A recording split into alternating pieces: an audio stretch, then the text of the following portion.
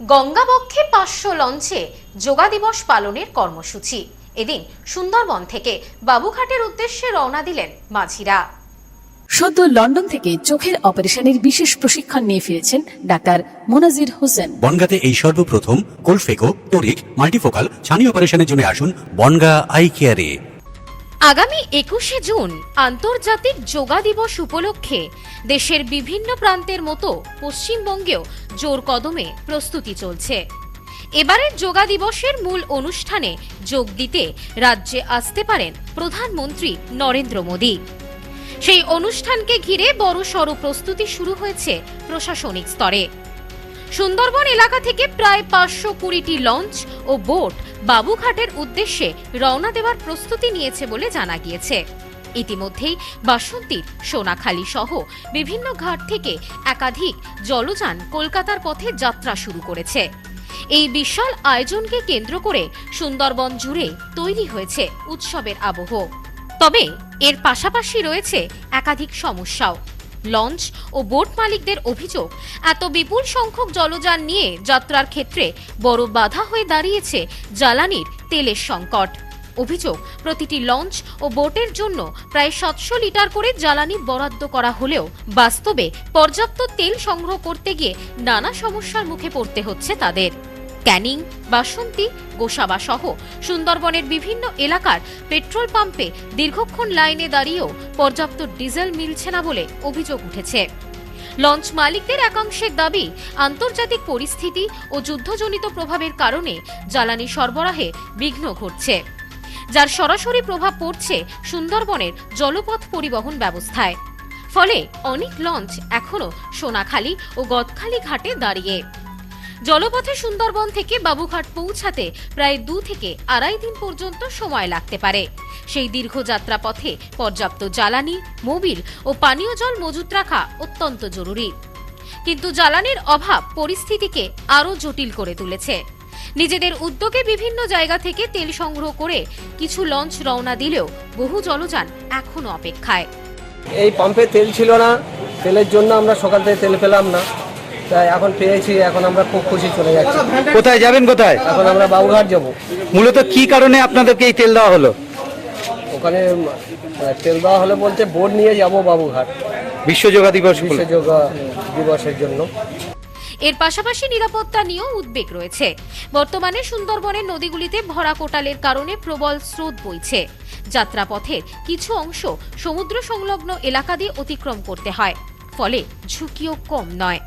ওই নরেন্দ্র মোদী আসছে, ওখানে আপনার যোগ্য আছে, সেই কারণে টোটাল আমাদের 500-700 লঞ্চ বোট করে আমাদের ওখানে যেতে হচ্ছে। আপাতত এই কটা দিন বন্ধ আছে, আবার ওখানে ফিরে এসে আবার চালু হবে। তবুও যোগা দিবসের ঐতিহাসিক অনুষ্ঠানে অংশ নিতে আগ্রহী অধিকাংশ লঞ্চ মালিক ও কর্মীরা।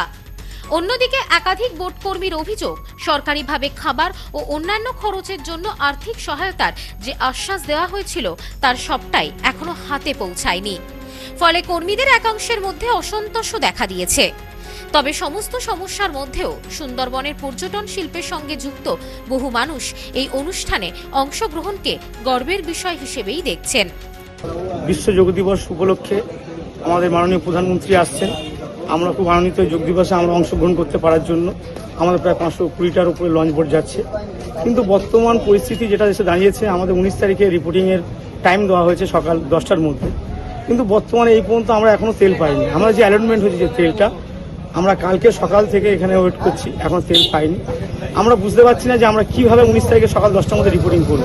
আমরা প্রচণ্ড খুশি। এটা একটা বিশ্বের বাজারে, বিশ্বের কাছে আমাদের যে এত লঞ্চ বোট আছে আমরা সুন্দরবনে বহন করাই, এটা তো একটা ভালো জিনিস এবং বিশ্বের একটা ইতিহাস সৃষ্টি হবে যে যারা সুন্দরবন আসতে চায়, এটাও আমরা তাদের জন্য। কিন্তু আগে সুন্দরবন বন্ধ হয়েও আমাদের যে ক্ষতি হয়েছে তার সাথেও আমরা কিন্তু আনন্দিত যে বিশ্বের কাছে জানতে পারবে যে সুন্দরবন মানে একটা ঘোড়ার যে এতগুলো যানবাহন আছে তাতে যাওয়া যায়, সেই জন্য তো আমরা খুশি।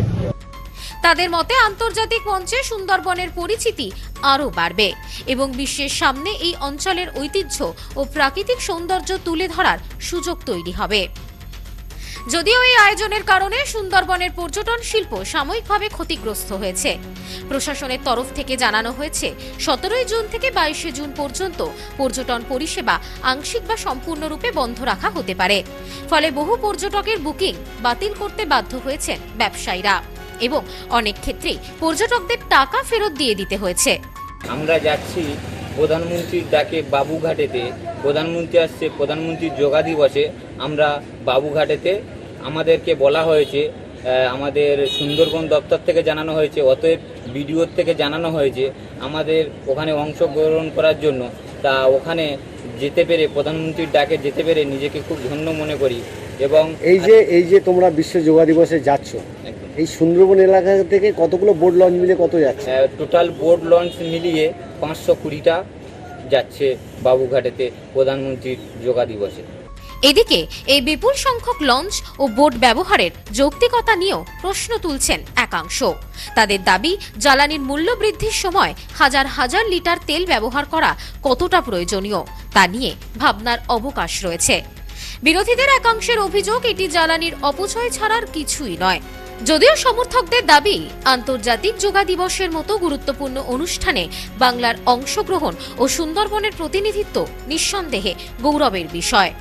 Bureau report, news no man's land, Sundarban.